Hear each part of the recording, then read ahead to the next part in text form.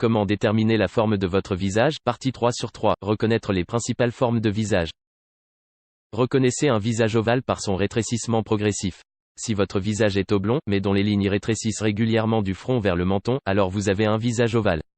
Un visage ovale est en général 1,5 fois plus long que large. Regardez la distance entre vos pommettes. C'est elle qui vous aidera à savoir si vous avez un visage rond.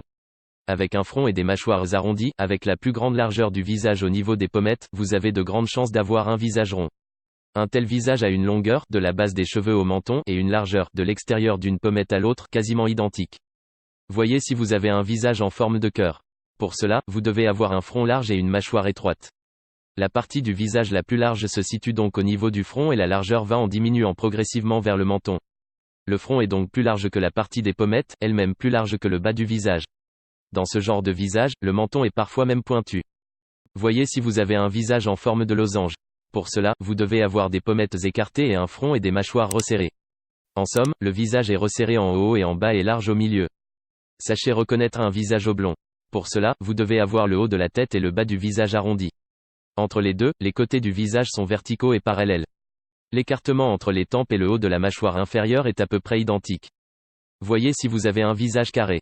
Ce genre de visage présente tout d'abord un front et une mâchoire de la même largeur. Ensuite, cette même largeur, à quelques millimètres près, doit se retrouver au niveau des pommettes. Un visage carré se signale souvent par un front large. La pente des traits qui vont de l'arrière des mâchoires au menton est proche de la verticale, ce qui fait que le menton est plutôt carré que pointu ou arrondi. Voyez si vous avez une mâchoire carrée avec un visage allongé. Un peu comme les visages ronds, les visages carrés sont aussi larges que longs. Avec une mâchoire carrée et un visage allongé, votre visage sera plus rectangulaire que carré. Pensez aussi à un visage triangulaire. Une mâchoire large est aussi possible dans un visage triangulaire. Il suffit pour cela que le front et les pommettes soient notablement plus étroits que la mâchoire. Merci d'avoir regardé cette vidéo, n'hésite pas à liker et à t'abonner à la chaîne, dis-moi ce que tu penses dans les commentaires.